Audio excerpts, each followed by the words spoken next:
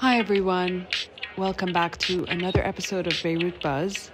Did you guys check out last week's episode we recorded with Zahal on the drag scene in Lebanon? Because I'd love to hear your opinions on that.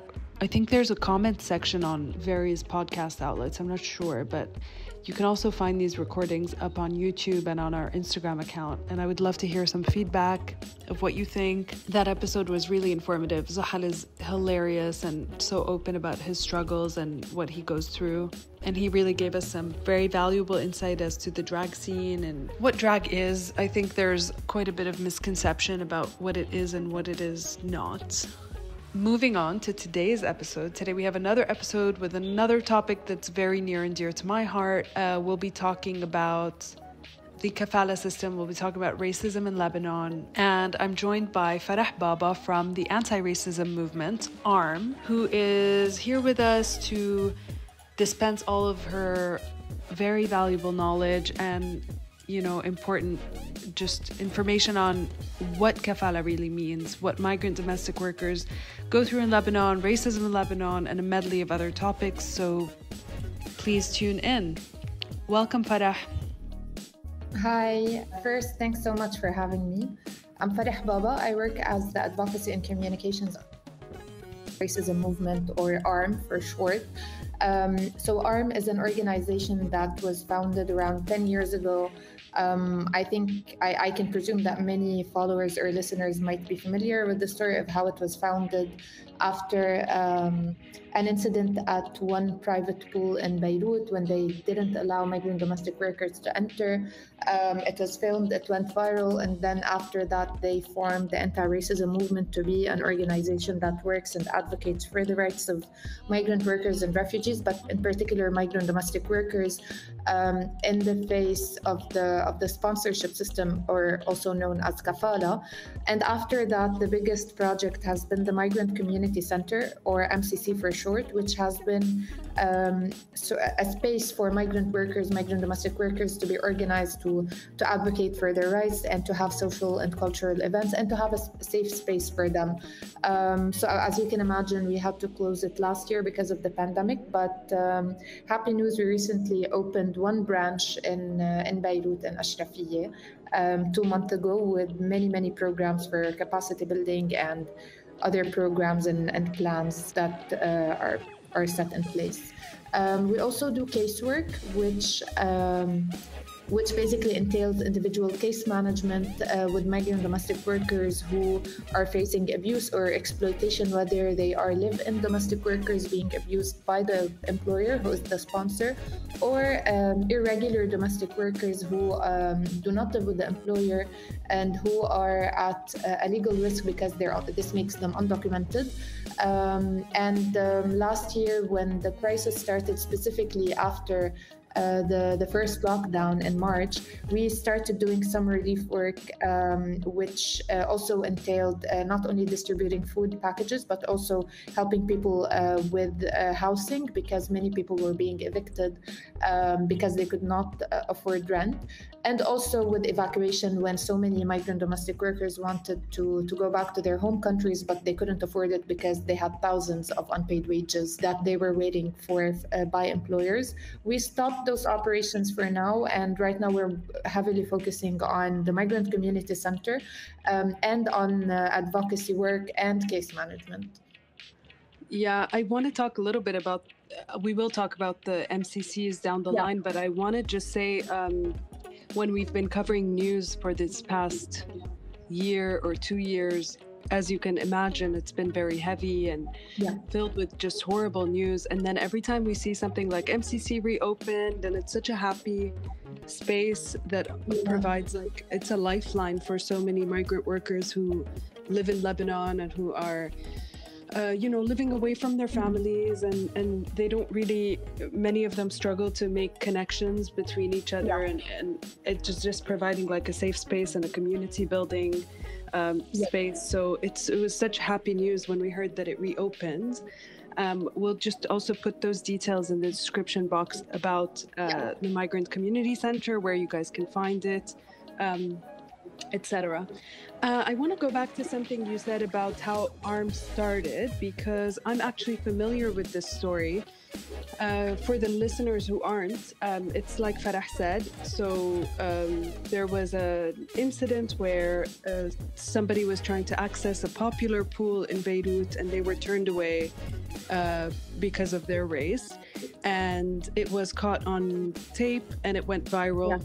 And it kind of launched this grassroots movement, which grew to be ARM. Farah, I want to ask your opinion on like something that I always think about, which is this culture of shaming that we've adopted in social media practices and in social justice practices. So how effective do you think shaming is? In this case, we see it was quite effective. I want you to speak a little bit more on that. Yeah, well, I think it really depends on the context. So, for example, as you mentioned, and this is something that we see specifically in Western countries, which has recently like more and more been called the cancel culture. Well, I think it's quite a delicate conversation, and it's quite tricky because it really depends on the context. Naming and shaming can sometimes work. For example, when it's a very, very urgent issue, like I can remember last year when there was the case of Faustina Tai, the Ghanaian worker who was murdered by the employer, and all over social media it made it to international headlines, and people were naming and shaming the employer. But at the same time, we didn't end up knowing what happened with the investigation, which means that this doesn't mean that the responsibility for no accountability is on us as people who are standing in solidarity with migrant domestic workers. But at the same time, I do believe it's worth rethinking, especially when there are delicate cases and sensitive or risk factors involved. So, for example, what happens usually with migrant domestic workers is someone or organizations share the name of the employer, but usually this happens. They share how, like, the kinds of abuse they've been subjecting the worker to, and the amount of money they've been withholding as her wage.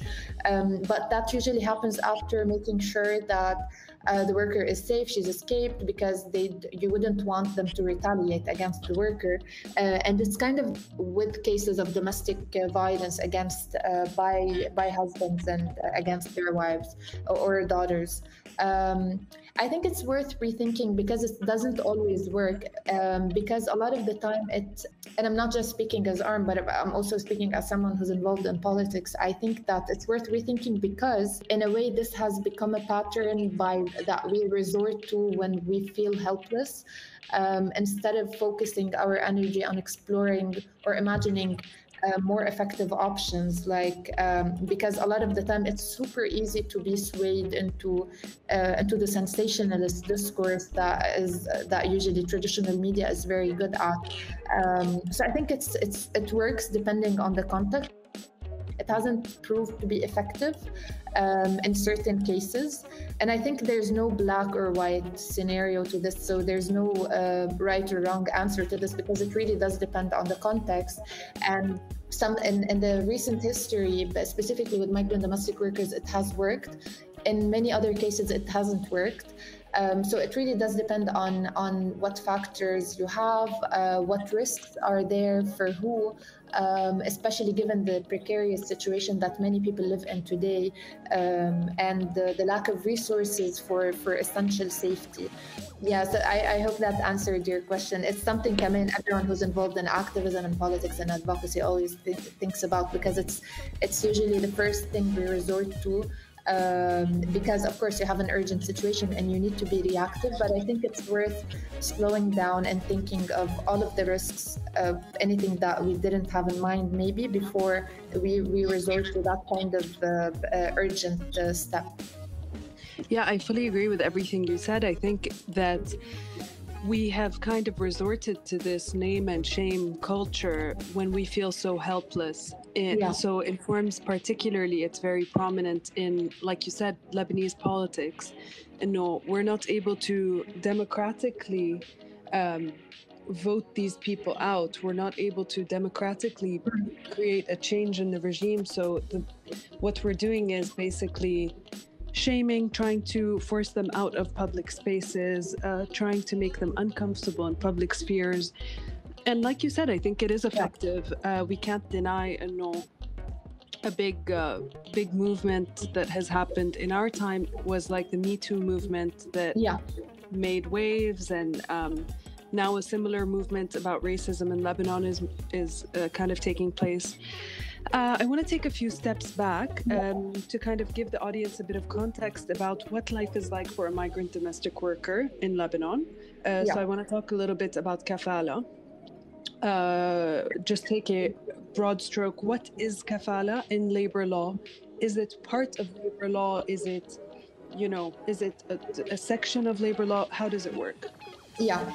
First, I'm really glad you asked that question because recently we've been noticing, or personally I've been noticing that we say abolish kafala, but it's become this abstract notion that we tend to forget exactly what it is concretely or in policy and what enables it. So basically the sponsorship or the kafala system is a set of laws and regulations and customary practices that are not written anywhere that regulate the entry of migrant workers and migrant domestic workers to Lebanon, and also regulates their work by, and there are two main laws in it. Article 7 of the labor law, which excludes certain occupations or jobs that are mainly occupied by migrant workers. This includes, of course, domestic work, agriculture. So if you want those jobs that are kind of considered to be part of the informal sector of labor, because they're not part of an institution or something, and it's very heavy physical work. The other law is the law that I think is called 66 that regulates the entry of foreigners or non-Lebanese into Lebanon. It has 4 categories. Of course, the first category is usually where the foreign people from Western countries fit, and they're subjected to the regulations of it. For example, people who work in the UN or international organizations, and migrant workers, including migrant domestic workers, are in the last category, which basically means that they need to be sponsored by an individual Lebanese person, not a company, an individual Lebanese person, in order for them to get the residency permit and the work permit. So this means that, and of course, there are many other customary practices, but specifically by the general security, because the general security grants the residency permit, and then they're in charge of making sure that the migrant worker doesn't violate that. And usually the violation of the residency permit means they've become illegal in Lebanon, and that usually happens when a migrant worker or a migrant domestic worker specifically leaves the employer's house, as you can imagine, because of a lot of abuse and unpaid wages and any other reason, or maybe simply she doesn't want to work there anymore, or she doesn't want to be living in the household of the employer, and she wants to just consider it a workplace.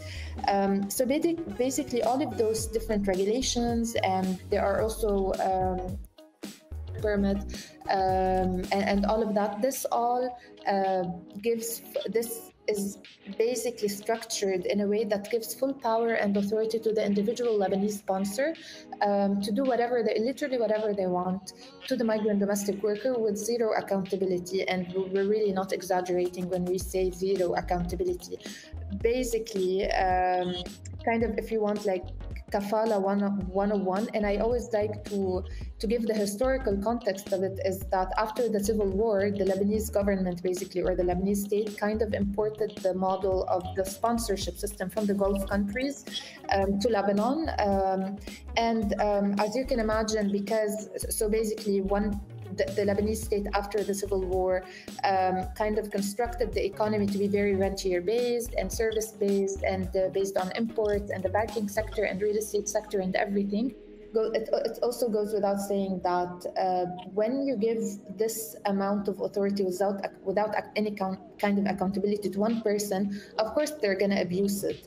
But I think not the silver lining, but I think the nuance here lies in the history of the sponsorship system, and which is why it's very important to politicize it and not to speak of it just as a human rights violation. it's very tied to the nature of the Lebanese economy and the practices of the Lebanese state, whether it's the Ministry of Labor or the General Security or the recruitment agencies, most of which are very politically connected. And we've heard many accounts that they're complicit. So there's an entire politics to the kafala system as a whole. And like you said, this was imported from the Gulf. Sorry. Yes. Okay. So like you mentioned, this was imported from the Gulf. One conversation I've had with somebody who was kind of defending kafala, but was kind of trying to create like a reasonable framework around it and saying that it was a fairly decent framework that just needed improvement. And I think also that هيدي مشكلة عندنا إياها بلبنان إنه بناخد القصص كتير personal. إنه بصير everyone who maybe has a migrant domestic worker living in their house or who knows a migrant domestic worker and loves them feels very personally attacked by us shedding light on the gross abuses that take place, and that's just not fair.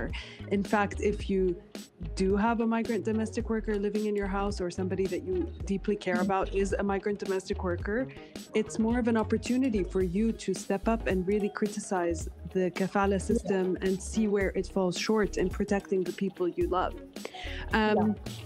So that being said, somebody was saying إنه للبنانية ما عندهم مشكلة إنه بيقبلوا يروحوا على السعودية بيقبلوا يروحوا على الإمارات و they have a sponsor and it's pretty much the same framework, but that's also not true at all. So can you please speak a little bit on that? مثل ما قلتي مش مزبوط هالشي، لأنه هون الفرق بلبنان إنه السبونسرشيب سيستم أو النظام الكفالي معمول لسبب سياسي كتير واضح اللي هلأ حكينا عنه، وبيربط العاملة الأجنبية أو العاملة المهاجرة بشخص لبناني واحد. وهيدا الشيء يعني بالباور داينامكس والإمبالانس of هالقد باور داينامكس this is very problematic and people are literally killed because of it.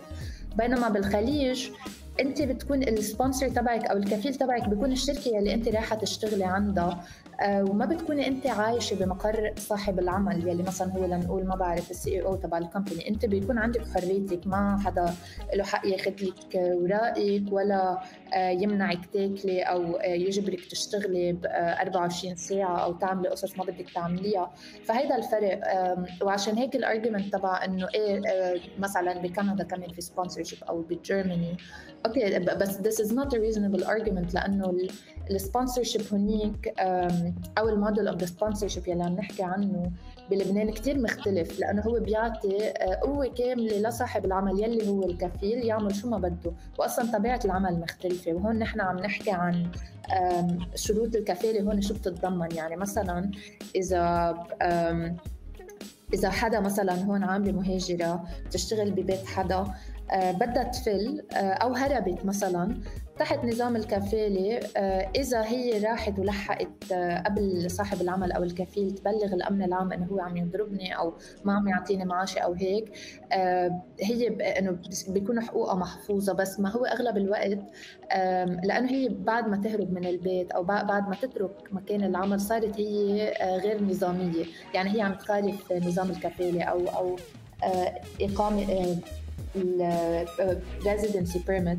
بس هو أغلب الوقت عشان هيك بتخاف تروح كمان. وكمان لأنه كتير من الأوقات، مش كتير من الأوقات actually بأغلب الحالات الأمن العام ما بيكون عم ياخد لها حق، أو كتير من الأوقات صاحب العمل هو بيلحق، هو دغري بيسبق عند الأمن العام وبده يعطي بلاغ إنه هي فلت. من قبل كانت شكوى بس إنه أكيد ما لها أسس قانونية، بشباط actually الأمن العام قال إنه نحن ما بقى رح نقبل هول الشكاوى لأنه ما لهم أسس قانونية، فهنا بس قالوا إنه أوكي نحن حنكون عم نطبق القانون، ما حنكون عم. فهذا الشيء كتير مختلف عن نظام الكفالة المعتمد ببلاد الخليج أو بكندا أو بجيرماني أو وين ما كان، لأنه أنت ما بتكوني ساكنة مع صاحب العمل وقانونيا بالقانون أنت محمية، وإلا إذا هو مثلا قرر أنه أنا بدي فك الكفالة عنك، بس ما بتصير هيدي. بس هون لأنه في فائض قوة عند صاحب العمل اللي هو الكفيل، هيدا الفرق، إنه هي ساكنة عند الحدا اللي هو كافلها يلي هو بنفس الوقت الامبلوير تبعها، وهو مربوط فيه مش بس الإقامة بس كمان إجازة العمل. وهذا هو الشيء البروبلماتيك. Right. And I think that يعني ما بدي كتير اتخبى ورا القصة بس we can safely say إنه security forces are very complicit in the abuse of migrant workers. So يعني we've heard horror stories about you know either migrant domestic workers who chose to leave an abusive home that they worked in, or who are arrested for إنه يخالفوا their residency or something like that. And there are horror stories that just are completely you know eye-opening as to how the state is dealing with migrant workers. So it's not safe to say كمان إذا عم تنضرب أو إذا ما عم تنعطى for salary, just go to the police. It's like you're not going to go to your secondary abuser. We have so many migrant domestic workers are very terrified of the state كمان because it fails to provide basic things like translation services, giving them their rights, etc., etc. Now that we've established that, I want to basically address one thing that's always on my mind, which is بلبنان عنا كتير مشاكل, as we know, and now more than ever we have the worst of problems, and it's becoming increasingly difficult to get the average person to care about things that we care about. So gender equality, LGBT rights, racism, all these kind of things are becoming lower and lower ranking for the average person who is basically more focused on other things. شو فينا نقول the average person, and average just within quotations, I mean somebody who is not you know interested in social equality. How can abolishing kafala help them? How can we make it appetizing for them? It's interesting that you asked that question because as basic politics إنه basically في كتير مشاكل very very basic مثل الكهرباء والبنزين وهيك that everyone is suffering from, to the way that the establishment works on that is basically to make everything else seem as very secondary, and they can wait, and everything you know it's the what's always been happening, except now it's taken to a whole new level. So that's one aspect. With the other aspect, before I give my answer, is this dilemma that I think is very usually prominent in activism or in feminist circles. There are people who are potential allies or people who are just apathetic. So how do we get to engage them without resorting to respectability politics اللي هو إنه I need to talk or I have a checklist of specific things I need to say to get to appeal to them to be involved. لأنه the more support you have in terms of manpower or in terms of human resources, our people, supporters, the better and the stronger your cause is. So that being said, I think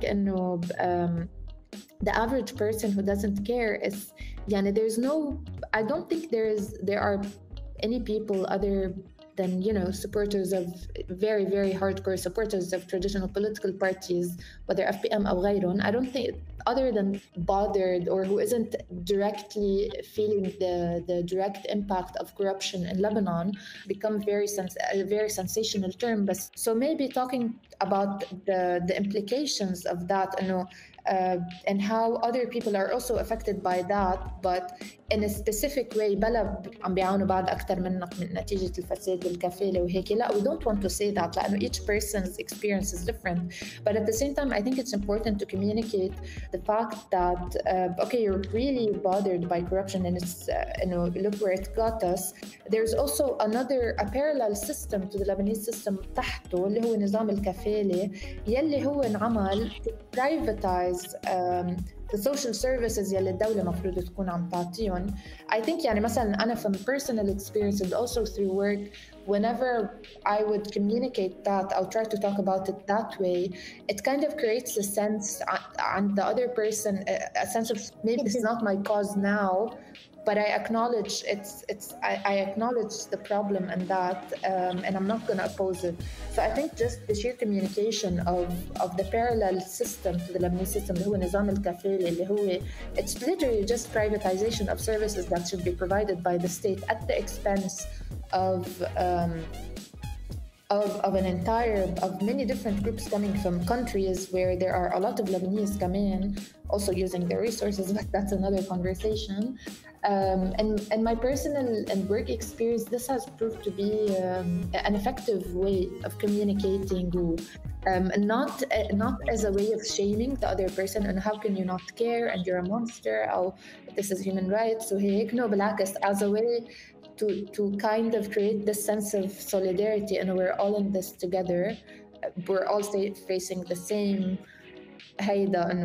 like we're all victims of basically the same system. Yeah, in different ways. I think now with the level of awareness that followed the uprising and then the explosion and everything, I think it's much easier now to convince people that way. But again, it's very tricky not to resort to sensational political communication or to just stick to the human rights discourse, as opposed to also politicizing how this is also part of corruption in Lebanon, and how someone can be literally killed as a result of the system without any accountability or without their name even being revealed. So it's very dehumanizing, and to kind of connect the different methods of dehumanization that we go through as Lebanese citizens to put it on par. Maybe not put it on par because they're very different, but and also to shed the light on how we are dehumanized every day, but there are also people who are not citizens. So this also kind of makes them more dehumanized in maybe worse ways. To kind of come from this place of solidarity, and I think this is how. I think this is a good way or effective way to communicate the struggle or the plight of migrant domestic workers and the sponsorship system as a whole, and the struggle of non-Lebanese in general in Lebanon, to people who are apathetic or who are really struggling with the very daily, they're just concerned إنه خلاص بس بدي مي وكهرباء أو هيك. I don't care about anything else. I think in a way this serves to not just to create this solidarity, but also this can really get people closer to our side, as in, like, if you want the side of the people working with migrant, trying to dreaming of a different future where there's no this kind of oppression that is different on many people, but it's stemming from the same roots if we think about it. Yeah. I think that every time I think back on, Beirut.com, when we hear these, and normally it comes from ARM, it's very few select pages that are working to shed light on different stories of, the plight of domestic workers in Lebanon, or anytime something occurs, like you said, sometimes we know the person's name who was abused or murdered. When I think back on, us trying to cover pieces of news like this, it is not always, but sometimes met with comments like, oh, but Lebanese people are dying too. And there's this kind of hierarchical thinking that we seem to not be able to get rid of. I want to ask you a little bit about the Ministry of Labor and its role in, Kafala and caring for migrant domestic workers. نحن around 6 or 7 months ago, I think we covered the instance of like a unified employment contract being pushed by the Minister of Labor, Lamia Dwayhi, I think it is. Is that still her? Yeah. Okay. And so back then, this is like after the dollar crisis, the ministry puts forth an employment contract that basically stipulates all these seeming rights for domestic workers, and like بده يضمن لهيدا الcontract, and then we hear nothing about it. أول شيء هيدا الunified contract, it got a lot of backlash from some people saying إنه أنتوا finally كرمال لبنان ran out of dollars, you suddenly want to give migrant domestic workers some rights in exchange for making them like subject to Lebanese labor law and paying them in Lebanese lira. That was one thing. And then the other thing is we just heard nothing about it. So can you tell us a little bit about that? Yeah, well, first, it's related, but not really. I just want to comment on, قصة the dollar. هلا I'm going to talk about the Minister of Labor. كمان just to go back to my previous point, I think it's very telling of يعني how مثلا media and political parties as well usually scapegoat the non-Lebanese to blame them for example, the issue of the dollar shortage, and that's really, really problematic. And through my work in ARM specifically, because I also work in communications and I do media monitoring and everything, I noticed how it's usually the media outlets that scapegoat migrant domestic workers, and the refugees are usually scapegoated by political parties. So that's like I feel it's a good note, something to point out. That's huge. I don't know, like I don't know if it's to get clicks or views, or if it's to sensationalize, or if it's to push political agenda, but the amount of content, it was just pure racism. And migrant workers عم بيطلعوا this amount of dollars a month every month from Lebanon, and it was so laughable. It was so laughable compared to the Lebanese politicians and bankers who had basically, and these are people who are working for their money. It's not that they're stealing your money. Yeah, and especially that, and we know through our work for the past 10 years, and of course the work of other activist groups and organizations like Kafala and This is Lebanon, and the amount of cases we get of unpaid wages, even before the crisis, even like way before 2019, thousands of dollars of unpaid wages. And so that's when the lira was really بألف خير, to quote Riyad Saleh. Kidding. No, I got you. First, that's not true. And even if it was true, it's exactly what you said. It's their earned money through wage labor, especially under such a system. So it's, of course, it's their political agendas, but it's been it's interesting to follow how, for example, political parties use the scapegoating of refugees to make up for their failure. And then media outlets usually scapegoat migrant domestic workers specifically, and they really exaggerate the numbers. I really have no idea where they get the numbers from. Sometimes they just throw numbers out there to get people to be angry, to kind of misguide or redirect their anger towards other parts of the population instead of the politicians, which is like an interesting fact. But to go back to the Ministry of Labor, so for the role of the Ministry of Labor, the ministry usually, they're the entity responsible for giving the pre-approved work permit, or just the work permit once, right before the worker or the migrant domestic worker arrives to Lebanon, after she is sponsored by someone through the recruitment agency, which then grants her the residency permit with the general security. So that's the role of the Ministry of Labor. Not sometimes, in the past years, supposedly there was a hotline where migrant domestic workers could call to report abuse, but it was barely functional, and it was not, there weren't social workers or people familiar with the Kafala system and migrant workers to respond. And we think that it's just not operational now at this point. And there is an IT technician that was answering calls and basically referring them to organizations like us or Kafa and others. So that's for the involvement of the Ministry of Labor. Now for the standard unified contract.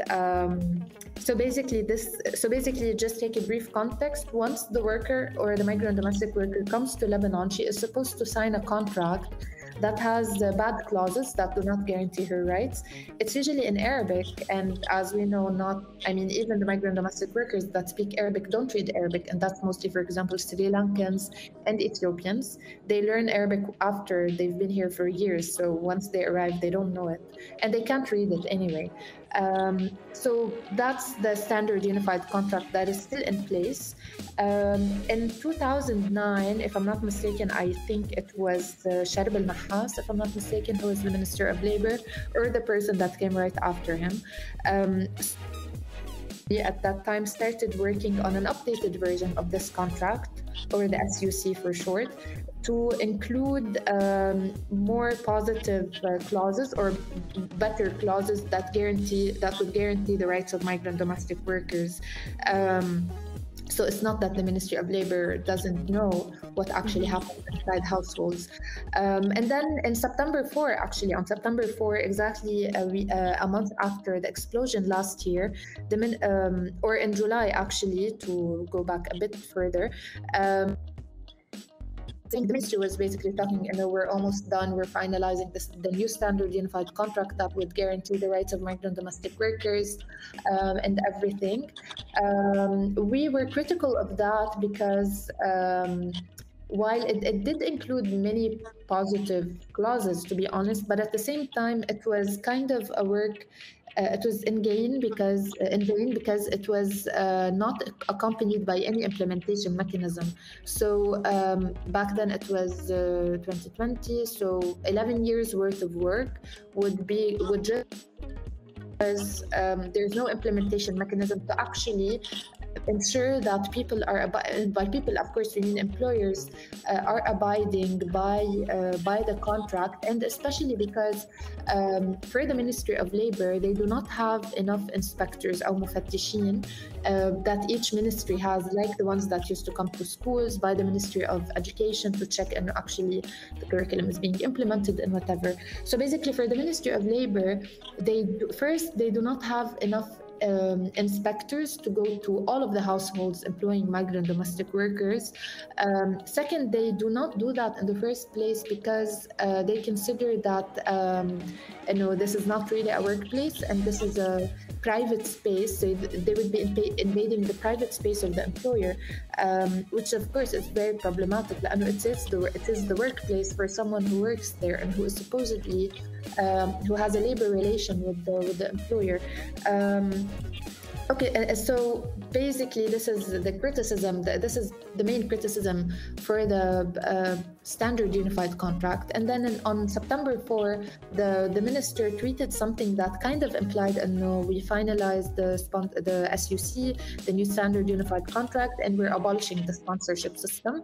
And it was written in a way that kind of said, ما بقى في كفالة, which was of course very problematic because that does not abolish the sponsorship system, because the core of the sponsorship system is the legal tie of the migrant domestic worker to the employer. So basically that happened. It had positive clauses, of course. It wasn't all bad. So basically the contract stated, and of course her room should be very should be a proper room, مش أوضة كتير صغيرة بيعملوها المعمارية هنا وعم بيعملوا أنجا ما بينحط فيها غسالة. It also stated that her belongings, the passport, the phone, everything would remain with her, and they are not to be kept with the employer. It also, most importantly, it also stated, one of the most important clauses was that she could unilaterally end the employment, which is very good, as long as she gives a 1 month notice, which is fair, it's like any other workplace, and without the approval of the employer. So even if she doesn't want to end the contract or the employment, she has the right to end it. But with all of those good points that were introduced in the clauses of the new contract, there is still no implementation mechanism to make sure that people would abide by it. And the step after that was to send the contract to the notaries and to the notaries يعني عند كتاب العدل لحتى يترجموا, to translate them and to get recruitment agencies to start giving them to newcomers entering Lebanon. So after that, of course, the recruitment agencies did not like that because, of course, and it's not like no employer was going to abide by it, but we know that because it's not legally binding, there's no implementation or inspection mechanism. Most likely, a lot of people are not gonna comply. So after that, the syndicate of owners of recruitment agencies in Lebanon, or SORAL for short, basically appealed the decision. They have a syndicate. I didn't know that. Which is a very, very powerful lobby, very politically connected, very corrupt, like any other private lobby.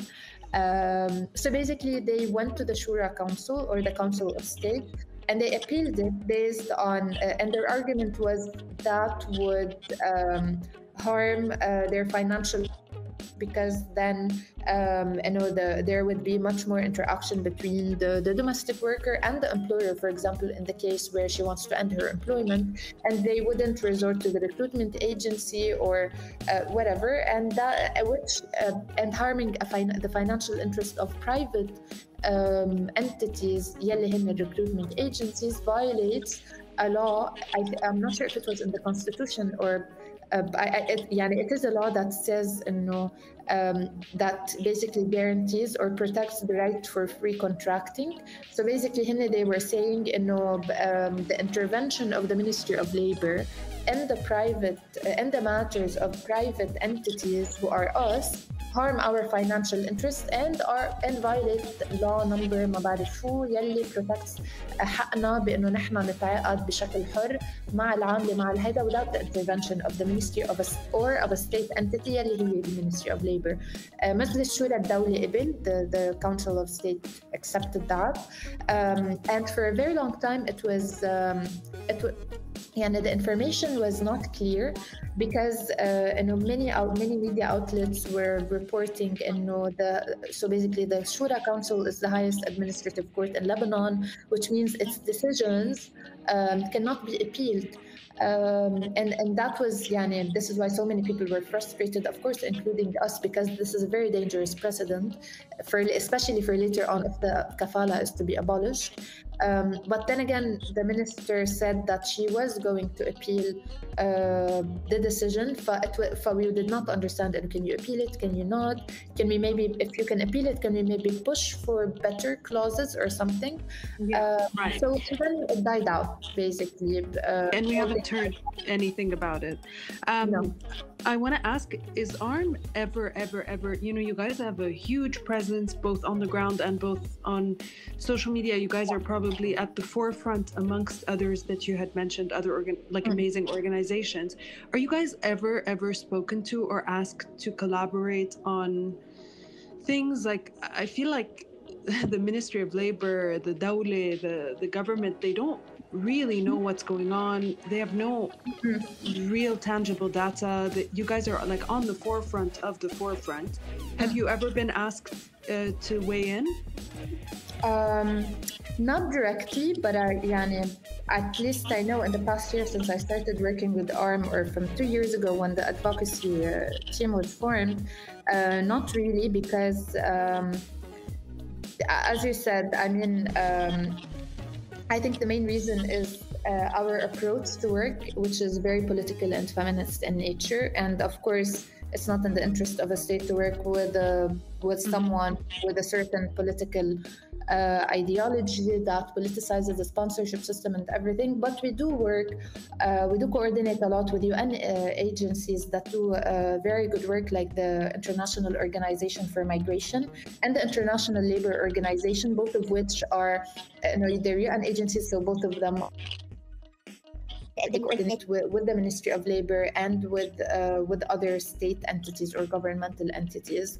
So we're kind of indirectly involved because we make sure that our discourse is on the table, while our propositions are on the table with them. And so far, so as I was saying, we're not directly involved with the state or with the ministry.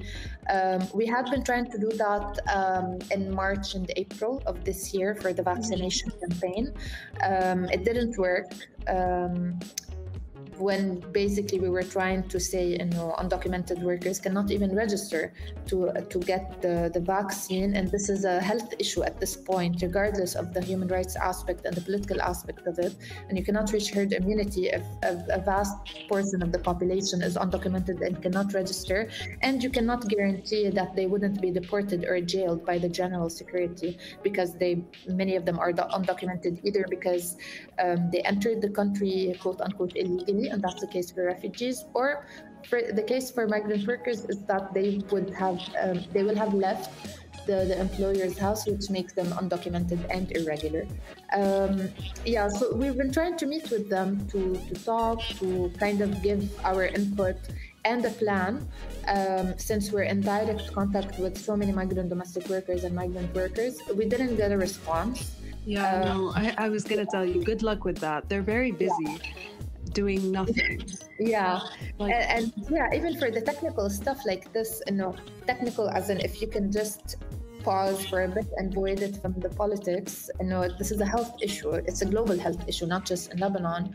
No response, except of course from Dr. Bizri, but the meeting didn't end up happening.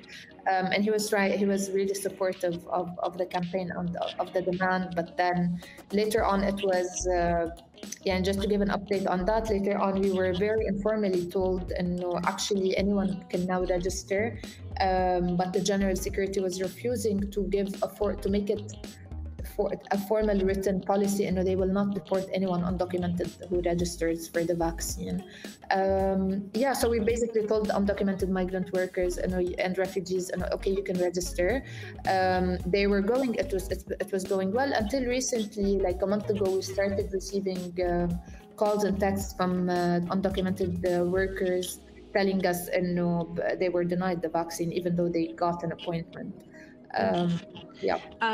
I saw that you guys were also leading, I think it was a vaccine drive or something. So just to be clear, undocumented workers and refugees are not included in that? No, so basically it wasn't us organizing the drive, it's the Doctors Without Borders with the International Organization for Migration, and we were advertising it. But it's basically, for this drive, valid documentation is not required, but any form of documentation can work, even if it's a photo of a birth certificate or anything that identifies the person, regardless of the legal status, no matter if they're documented, if they have, or if they're regular or not, meaning if they have valid residency permit or not. Okay, got you. I want to ask one more question about a specific case, and I want to ask you a little bit about moving forward, what we can do and what the listeners can do, as well as somebody like myself who finds themselves very engrossed in these types of this type of activism, yet also at the same time finds themselves very helpless. I want to speak about those three things, and then I want to just have a very short discussion on race and the context of Lebanon's worsening economic crisis. So first, about the case that I would like to ask you about from your professional opinion. So say, for instance, there's a domestic worker or a migrant worker or anything who has broken their residence, has broken their contract and, in quotes, ran away from their employer's house, and they've been living, working freelance or living under the radar, and they would now like to return to their home country. So what are their options here? If they are to go to the airport, they would get arrested, or what's the situation? Also, if they just buy a ticket, will the Lebanese state just let them leave? So basically this has been the case for most migrant workers and migrant domestic workers that we worked with last summer. So, starting last summer, we recently ended the evacuation program. But basically, the case would be, if they left the house of the employer, most likely the passport remains with the employer, which makes them undocumented. And of course, irregular, because the regular status means legally, they're legal, as in they are not violating their residency permit and they still live with the employer. So basically what happens is, because they're undocumented, and this is usually the case, they're undocumented and they don't have a valid passport, or they don't have the passport at all. What happens is the consulate or the embassy needs to give them a laissez-passer document. It's a travel pass document that is given to undocumented people to allow them to travel. Of course, in many cases, the employer would basically, as you were saying earlier, would go and report her to the general security and say she ran away. And basically what happens is, after the worker gets her the laissez-passer from the consulate or the embassy of her country, the general security needs to make sure she doesn't have any legal charges against her. And this is what I'm saying, legal charges and not complaints. So no court cases against her, and then they would give her the exit visa and she can travel normally. However, what's been happening in some of the cases is the employer would go and report two things. First, they would report that she ran away. This is أو فرت, which she stole something. Exactly. Which is not a crime or a felony or anything. So ما بتتاخد على المحكمة. This doesn't have any legal basis, so it's not taken to the court. So هذه ما بتصير legal charge.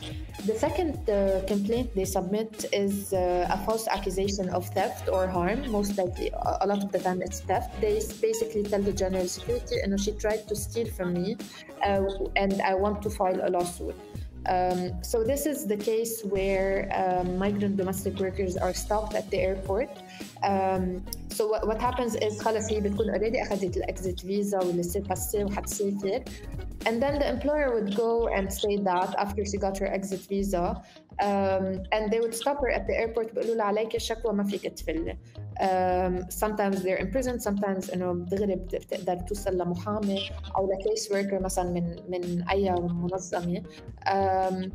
And this is usually what's been happening. But to go back to your question, it's the technicalities of it are not that difficult, but what's been really taking time and making it a very hard process is the fact that so many migrant domestic workers want to leave, and there are always delays by the general security to get the exit visa, or because as you can imagine, like some of the consulates, specifically consulates and not embassies, have been really delaying the process, specifically the ones where the consul is Lebanese. Very funny. We heard a similar case about that. Sorry to interrupt, just to kind of talk about the Kenyan embassy and the Kenyan consulate, where migrant workers were staging a protest, Kenyan migrant workers, for a long time. It was post-August 4 explosion. Many of them had lost their homes, lost their livelihood, and they just wanted to go home. And you had this Lebanese consul who was allegedly very intertwined in basically, I don't know how to describe it, beyond, trafficking people in and out, or... So sorry, I interrupted. You were saying that... I wanted to speak about the Kenyan consulate as an example. So basically the thing with the Kenyan consulate had started before the explosion. So as migrant workers, Kenyans or not, they cannot open bank accounts, and they were saving up money over the years. And because they cannot open bank accounts, basically the Kenyan consulate or the Kenyan consul told them, and you can keep your money with me at the consulate because you cannot open a bank account. And they trusted him with the money. And then when the situation started to get bad, last summer, before the explosion, many of them would go to him and say, okay, can you give me back my money, please? I want to exchange it into dollars to buy a ticket and go home. And he would say, no, I will not, Aslan, I will not give you, many of them would be undocumented and they work as freelancers. and even the ones who were live-in domestic workers. And he would basically say, no, I will not give you the laissez-passer document like that. No, I'm gonna charge you more. You can only get the laissez-passer if you purchase the ticket through the consulate. We will coordinate everything, but it's gonna be more expensive. And harassment and bullying. And when the woman would protest that and would say, no, this is my money, just give it to me, he would say, they tell him, I cannot afford that much money. He would tell them, go and do sex work, and you can then be able to afford the amount of money that I'm giving you as an option to buy the ticket. We've documented over the years many of these accounts. They were published in a report on CNN in July 2020. Very, very bad accounts of and testimonies and stories. Of course, he denies all of it. They're supposed to send the commission to investigate it early August, but then the explosion happened, and as you said, many Kenyan workers were affected, or they were also abandoned by employers at the consulate. So that's when they started the protests, and they wouldn't leave, and he would not accept to give them the laissez-passer documents and their money, and then it made international headlines. It was like a PR disaster for them, for the consulate, and that's when finally things started moving after basically, and not because he wanted to do his job as a consul for a country he's not even from. So that's basically how it happened, and it took a lot of time. And as you can imagine, it was of course, it wasn't just ARM; it was many other organizations, and it was also individuals.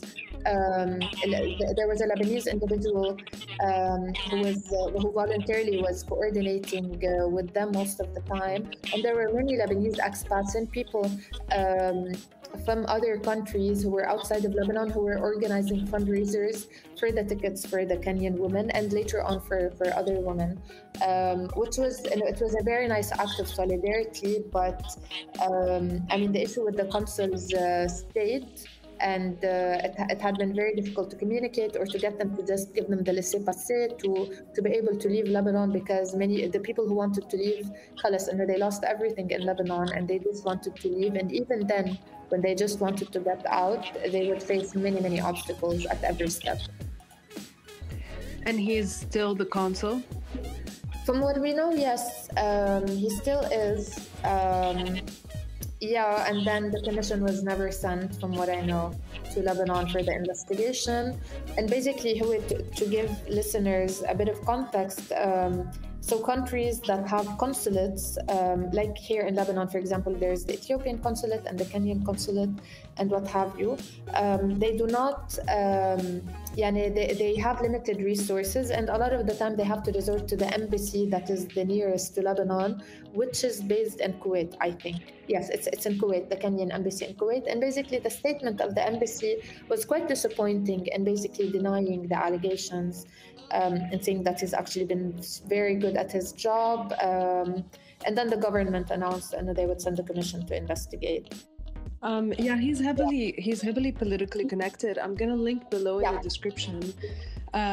We had written about this when it happened. We mentioned his name and all the political affiliation, etc. So you guys can read up on that. And this is definitely an instance, I think, where like naming and shaming would work, because these people hold themselves in such high regard that they fill these fancy positions. Meanwhile, they're enslaving people and holding them hostage and bullying and harassing.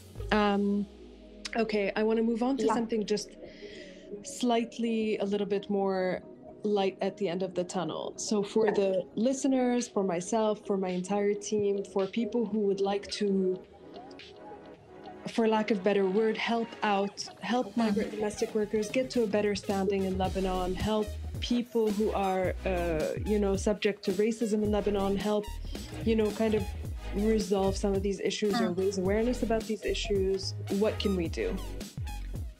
It's very difficult to tell someone how to help someone else with that. In this context, لأنه especially since last summer, the way to help was to promote fundraisers or to donate. But in this situation, it's not the right thing to ask. But as you said, I think abolish kafala has become a very, very prominent slogan وشعار سياسي in the past years because of the level of awareness. So definitely talking about what's happening to migrant workers as a systemic issue and not as a case of a very few bad employers, and to politicize it and to link it to its political history with the formation of the government and the economy after the war, and talking about it and how this compensates for the lack of services by the state and everything. I think this creates a level of political awareness that then can be translated practically into people standing in solidarity with migrant workers. For example,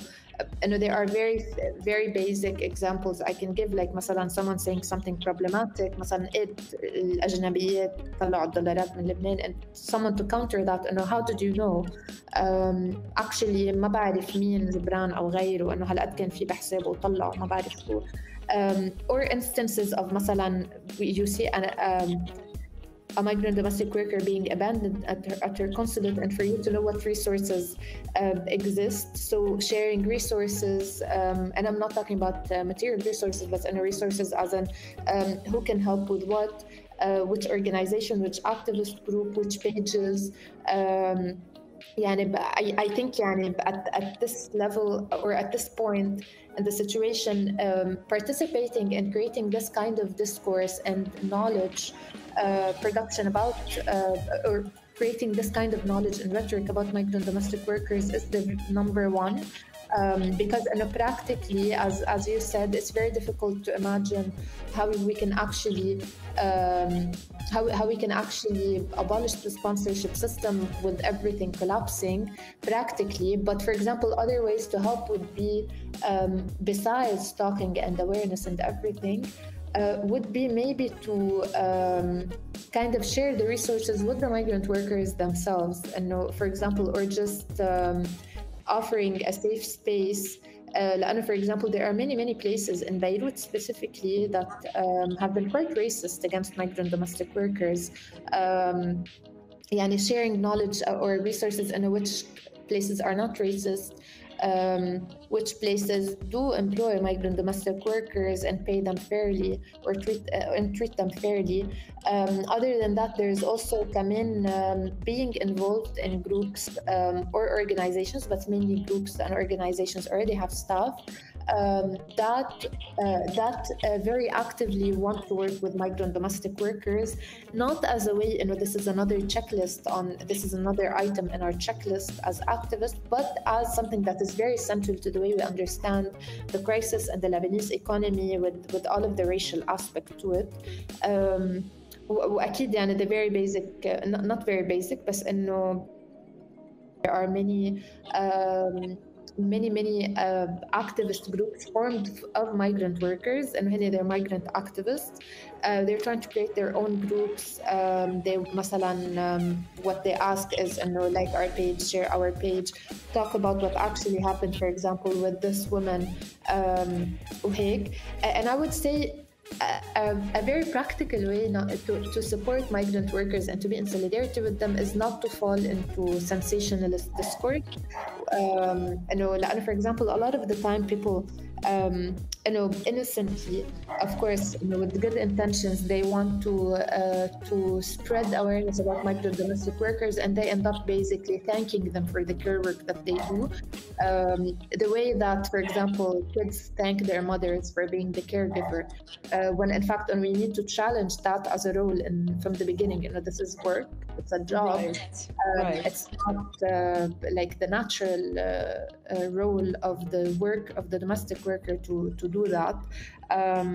So that's what I can think of, because before we used to say donate, or many migrant activists were trying to help each other with relief work. That's the only thing you could do, especially after the explosion. But right now, everyone is suffering, so you can't really ask people to donate. Right. But I mean, participating in or engaging in creating this progressive, good discourse that doesn't fetishize domestic workers, but at the same time doesn't demonize them, that هيك kind of finds the nuances and challenges the politics of the kafala system, while acknowledging, each person has their own experience. I think that, to me, the most effective, and it's kind of one of the only options that people can do in the context of many crises, one after the other, for the past year. And I mean, I don't think that could have possibly been said better about just recognizing that there's no universal experience for migrant domestic workers, that when we're talking about individuals who have very different backgrounds, different experiences, and they all suffer from a system that, it doesn't create identical experiences at all. Also, I would the only thing I would kind of, when I think forward about Lebanon, it always comes back to one thing to me, which is the media. The media is so disappointing in Lebanon, and that's where, like we at Beirut.com, other independent organizations and independent outlets have been just working so hard to share facts and stories and raise awareness about things that are otherwise, if they're not overlooked, they're just contorted completely. There is such a demonization of refugees and domestic workers, and it's horrific, and our media has to do better. Until our media does better, we're never going to see a good reflection in our society, I think. I absolutely agree, specifically because it's not just the demonization, it's also the stuff that they do not cover. For example, no one is talking about the fact about the number of, like, the amount of profit that recruitment agencies have been making, these private entities, and no one is talking about, no one has investigated yet the allegations that these agencies are actually complicit in trafficking networks and smuggling. Why does no one cover that? Because it's not in their interest, right? Specifically traditional media, because of course, if someone is involved in trafficking, they will be politically connected, most likely to the same politician that owns or has shares in the traditional media, and also because that is, I think, to a lot of people in Lebanon, or to Lebanese citizens, إذا بنحكي من هالناحية, they would find that really severely unacceptable. I can't remember the other term. And it's exactly what you were saying, because many people come in, and you talked about the people who employ a migrant domestic worker in their houses, but there are also people who demonize them without even interacting with them. And they get all of their information from media outlets that cover them in a very, very bad way, away from facts, and of course, not to say facts are the only way to reason with someone who is kind of being racist. But I mean, there is something in that of value. It's exactly what you said, until the media does better. But I mean, again, the media that is owned by politicians is not going to do better. So unfortunately, the responsibility is kind of on you guys, Beirut.com and the others that are very quick to cover everything related to migrant workers, with updates, with nuances, with very good stances and practical tips for how people can support. So it's exactly what you said.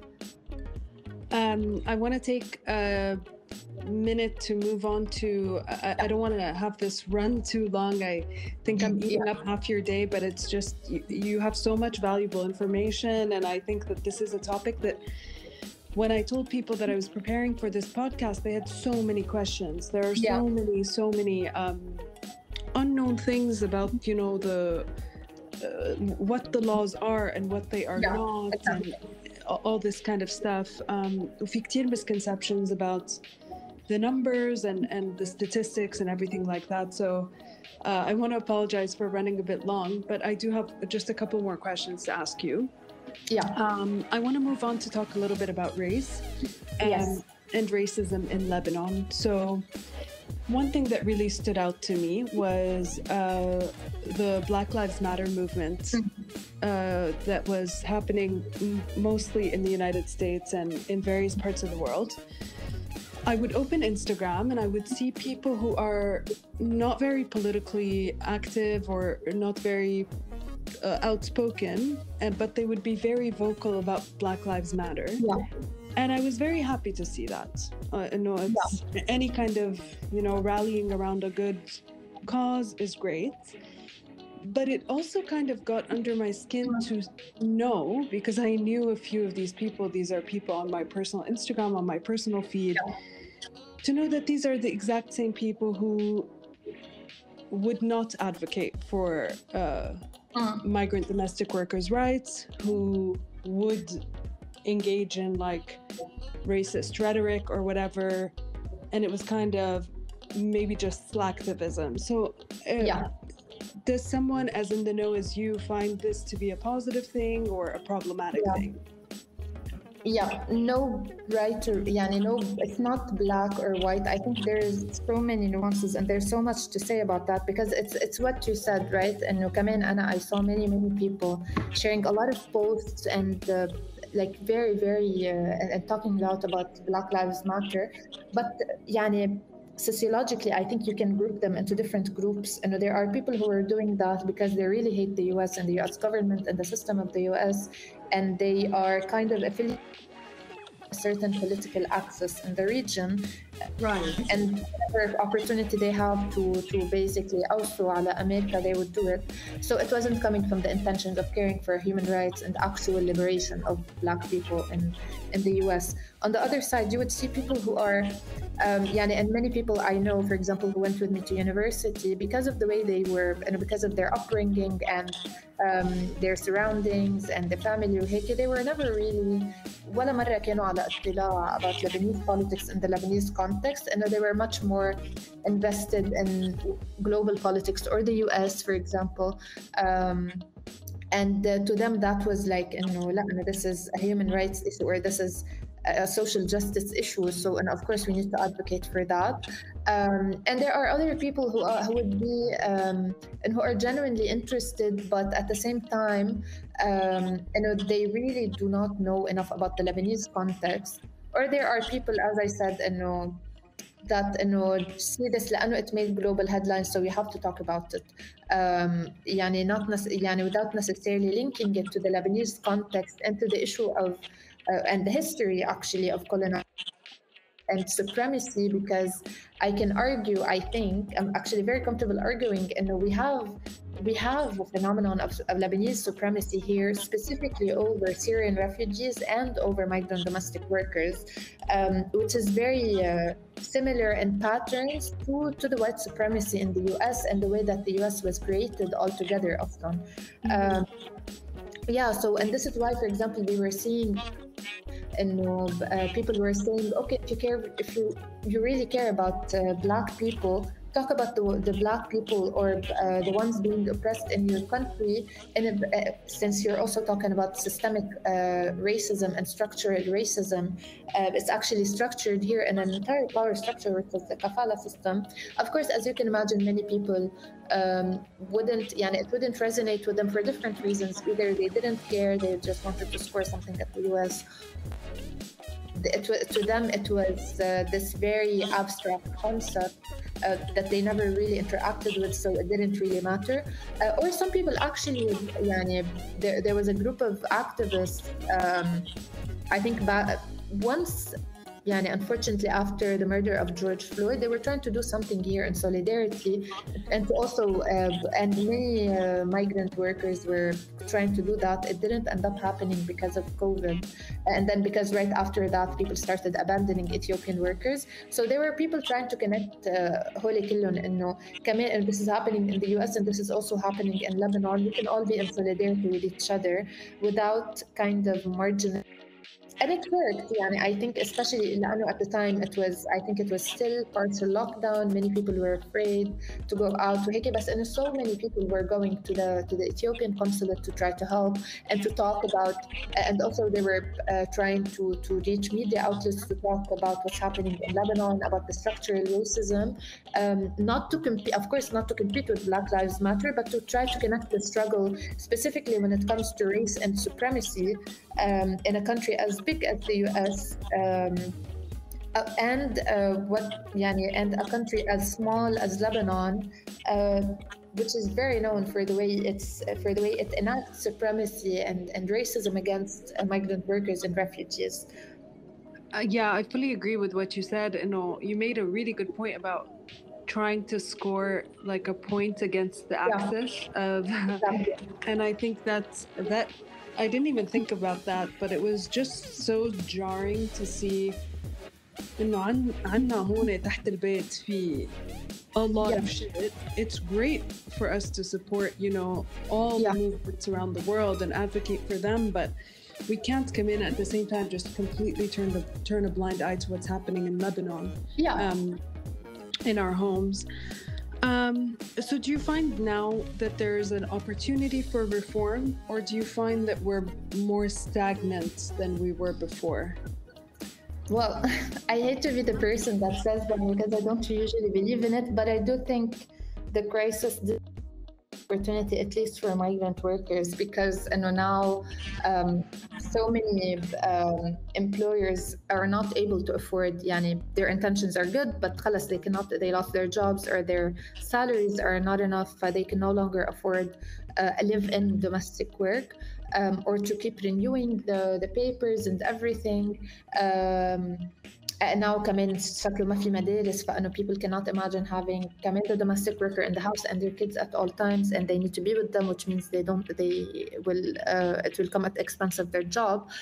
So this all goes to say إنه maybe this is an opportunity to imagine domestic work beyond the sponsorship system, since now عن جد many employers maybe can see exactly how migrant domestic workers are suffering and maybe they can support their struggle إنه okay I can't هلا of course لأنه جاي من مصلحة معينة إنه أنا ما في أدفع بس إنه at the same time it's good because إنه maybe this is وخاصة لأنه because of COVID وما بقى في محلات وما بقى في مصاري بالدولة فإنه الأمن العام ما في يرحل العمليات المهاجرات لأنه منهم نظاميين لأنه ما في مصاري يدفعوا لهم تكت. So maybe this is an opportunity to kind of imagine domestic work and migration and labor migration from a different lens. I'm not very optimistic in the absolute sense لأنه like everything else in Lebanon it takes too much time actually for actual change to happen. But at the same time I think هلا the situation since employers are also suffering we can maybe imagine a form of solidarity between them against recruitment agencies now that so many of them closed, or against like the sponsorship system as a whole and كيف الدولة بدها تطلع مصاري من أي شيء وعشان هيك بيطلبوا منهم كل شوي يجددوا الوراق وغيره. فmaybe this is an opportunity to argue إنه فكوا هيدي الليجل تاي يعطوا العاملة المهاجرة حق مزاولة العمل أو إجازة عمل مثل أي حدا أجنبي مثلا أبيض أو وسترنر جاي على لبنان. and then بتتعامل على هيدا الأساس ساعتها ما في أصلاً ببطل فيها الإكسبنسز على الإمبلوير وهي بتبطل وأهم شيء إنه هي ببطل مربوطة قانونياً وبكل الأسبكتس تبع حياتها بهذا الشخص يلي فيها يعمل شو ما بده يخليها تشتغل بلا مصاري يضربها يقتلها بلا محاسبة. So I think there is a window of opportunity that we can take advantage of, but of course it's it needs proper thinking and strategizing and everything. Yeah, so it's like probably a silver lining that maybe this will present an opportunity. My last question, I'm going to put you on the spot, and you're going to solve my life. You're going to resolve like a big fight that I have with my girlfriend almost every day. Yeah. I am somebody who is very critical of people who I see potential in. So movements and NGOs that I feel reflect my politics, I'm extremely critical when I see them fuck up. So I tend to get extra aggravated at anybody who is liberal, who does like quote unquote the wrong thing, or who doesn't have the right messaging, or you know what I mean. I'm not going to name names, but there was like a women's rights organization, and I'm a big proud feminist, and I got very aggravated by some of their messaging that I thought was very, you know, whatever, transphobic or anti-sex work, etc. So I come down on them very harshly. And my girlfriend always criticizes me because she says, you criticize the left way harsher than you criticize the right. But that's only because I see the potential, and I think you're supposed to know better. And I see that that's very common also in your line of work. NGOs tend to go at each other's throats. ما كتير بيتفقوا. They're critical of each other and of each other's, dealings, if that's fair to say. So who's right? Am I right? Please say yes. No, I'm kidding. You don't have to say yes, but I just want you to speak a little bit on like NGOs, being critical of other NGOs. Exactly. Well, this is a never-ending debate, specifically in feminist circles and internally. وكمان personally, I once wrote a long essay about that 2 years ago, which I now would rethink. So many things. First, I think يعني in the absolute sense, I get where you're coming from, and I also absolutely do the same. And I also, I cannot claim that either I, as a feminist or ARM, do not mess up at times. بالعكس. But I think the important thing here is the way that the criticism and at who it is directed. For example, one thing that is very, one thing I really appreciate about being part of feminist circles is the insistence on no policing. And when someone messes up, there should be a just accountability mechanism. حسب what they did, حسب the intentions, حسب everything, which brings me to my next point, اللي هي إنه what's the intention, for example, behind the campaign, which to me is such a problematic thing, especially when it comes to sex work. I think this is the thing, this is kind of the make it or break it factor among the progressive circles, not just in Lebanon, but literally in every country. And what's your stance on sex work? Do you consider it work, or do you consider that this is trafficking, and do you deny the agency of people who do it? So there is also that nuance that I think we should consider, اللي هو إنه if, for example, the organization, I don't know, I'm not referring to any specific organization, but مثلا yesterday I was reading an article, I think it was on The Guardian, about the Philippines, the sex workers in the Philippines, and they're actually worried, but I remember they said they're worried about the Nordic model that a lot of people want to import into their country. بالفلبين وكمان, which is the case here, the Nordic model اللي هو it criminalizes the user of sex work, or the client, not the sex worker. But that's bad. You're also preventing her from making a living. Right. So if your intention is, if you are, إذا أنت عن جد مقتنع ideologically وكله أنت مقتنع إنه sex work is bad, then مش إنه أنت you messed up. It's your whole approach is the contrary of mine, and this is where the conversation should happen. And this is where I think مش إنه نعمل counter campaign أو غيره maybe نبلغ، بس إنه we need to نحاول نغطي أو نطلع على هذا النوع من الخطاب يلي it really erases the struggle of a lot of people who are sex workers. That's one thing. On the other hand, there's always this nuance إنه في هيدا الشيء that is really really really problematic, but at the same time there how do I deal with the fact that these particular organizations they really push the agenda for women's rights on the table, which is something very common. Exactly. I think you know which organization I'm talking about. Of course. Yeah. I'm like, and they get so much money, and I'm like, oh my god, you guys are so, you can be so effective. Exactly. This يعني هيدي الديبيت ما بتخلص لأنه كمان it fits in my opinion under the bigger umbrella of activism and the left and everything. لأنه مثلا in my in the essay I wrote two years ago, basically I was saying إنه what a lot of people are now saying specifically on the left, and organizations co-opted social causes and fragmented them إنه قسموهم.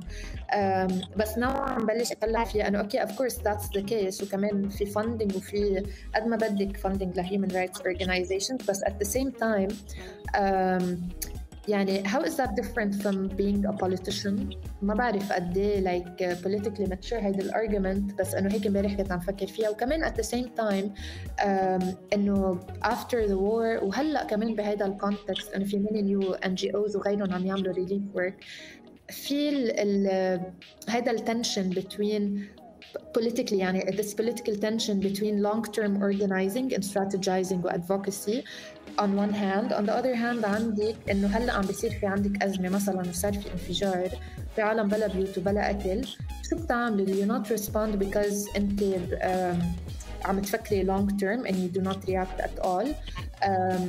ما برأيي في جواب واضح لهالشي، لأنه كل حدا وين طاقته وين بحس إنه فينا نحط طاقتنا ومجهودنا الفكري والعملي بالتنظيم. But يعني I think يعني this is a conversation that needs to be pushed much more, especially مثلا people who work in NGOs like me, to consider the politics of it and the actual impact of whatever we do, whether it's advocacy or relief work or coordinating with the government for programs. فإنه كيف يعني what do you make out of the fact إنه organizations did mess up and did co-opt many of مثلا women's rights إنه يلي بسموها بالعربي قضية حقوق المرأة، and then وصلنا لمحل وين sex work is being demonized. بس إنه on the other hand without بلا هول إنه those organizations were kind of I wouldn't say the only, but were the most prominent structures that were advocating for women's rights for laws. But then again ما نحن بلبنان ما كتير مهم أي قانون بيتقطع لأنه ما رح يتم تنفيذه. فهيك يعني there is so much to consider. يعني I think both of you are right. I don't want to say إنه both of you are also wrong. I don't think you're both wrong. I think you're both right. I think يعني حسب إذا نحن بنفضل to يعني what we want to مين يلي بدنا أو أي جهة أو أي which hand we want to give more weight to. وين البوليتيكال بريزنت هلا اللحظه هلا شو بتفرض عليك تعملي مثلا I don't want to say compromises بس in certain decisions to let go of certain things and then discuss later, or to not accept anything at all that يعني or working at all with said organizations or activist groups يلي عندهم problematic. يعني مثلا بيكونوا كتير بس أكيد it's different in some places. يعني there are groups مثلا عم بحكي in general about politics إنه groups that are very very good politically and economically but they're full of harassers. يعني this is a different conversation لأنه this is attacking someone and harming someone. بس إنه في هولي conversations كلهم بيصبوا بنفس المحل إنه someone was very good at something but on another aspect politically they really messed up.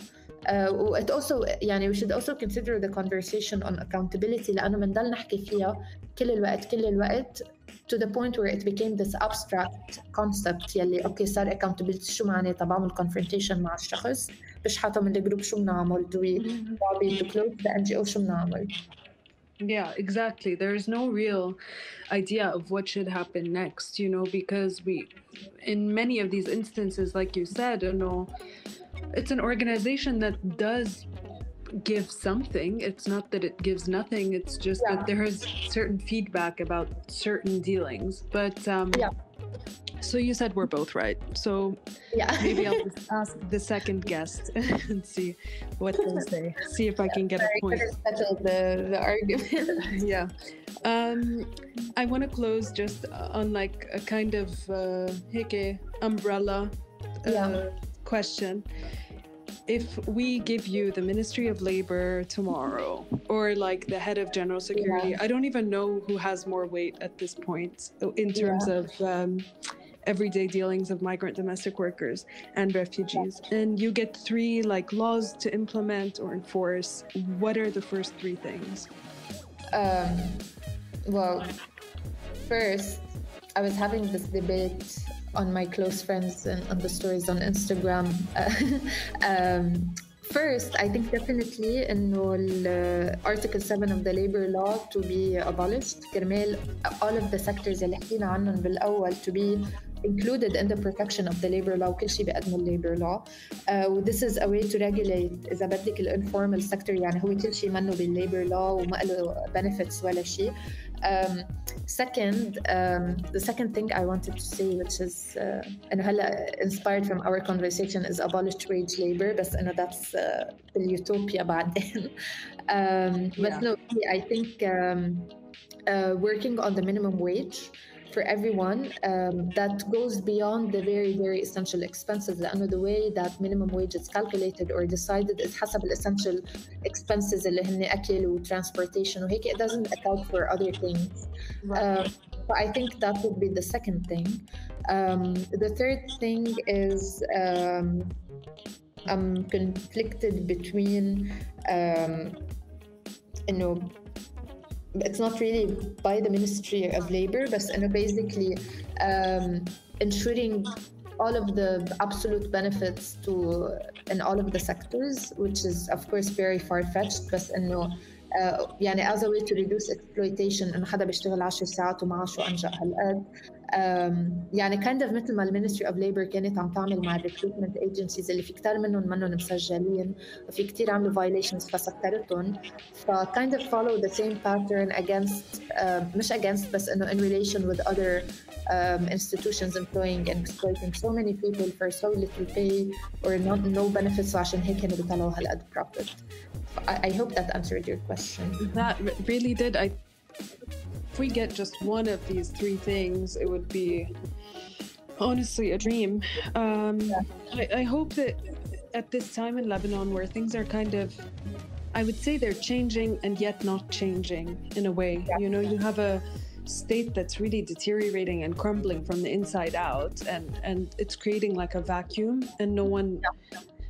And eventually, like, someone's going to have to go back in and rebuild these, know, different makatib and organizations and structures and factions of government that just need to be rebuilt and redone. And we can only hope that we get the right people in there to do them in a way that is more conducive to human rights and progressive values and things like that. Yeah, exactly. Farah, I want to thank you so much. This was probably like the most informative conversation I've ever had. Thank you so much for hosting me. You've like given the listeners as well as myself so much, and I'm going to put links to everything that we spoke about, as well as links to ARM's website, ARM's social media, the Migrant Community Center's social media down in the description. You guys should follow them, see their campaigns and all their activations that they do around the country. They're doing some amazing work right on the front lines. And I just want to thank you again so much for being with me. Thank you so much. And through our social media, for the listeners, we're always very responsive. If you have any questions or anything, feel free to message us at any of the platforms. Well, thank you so much again for having us. I really enjoyed the conversation, especially towards the end when we were reflecting on the political reality. I did as well. I'm hoping for another one soon. Maybe we'll have some great news to share with the listeners by then. Until next time, thank you everyone for tuning in. Thank you.